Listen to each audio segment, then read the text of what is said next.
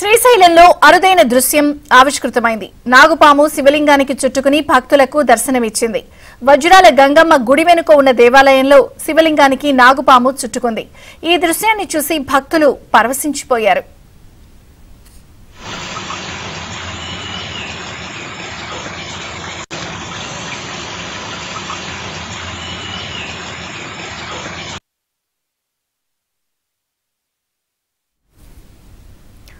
నాగుపాముకు భక్తులు ప్రత్యేక పూజలు నిర్వహించారు. శివలింగాన్ని చుట్టుకున్న నాగుపామును దర్శించుకోవడం తమ అదృష్టంగా తెలిపారు. ఈ దృశ్యాన్ని సెల్ ఫోన్లలో చిత్రీకరించారు. సోషల్ మీడియాలో ఈ వీడియో వైరల్ అయింది.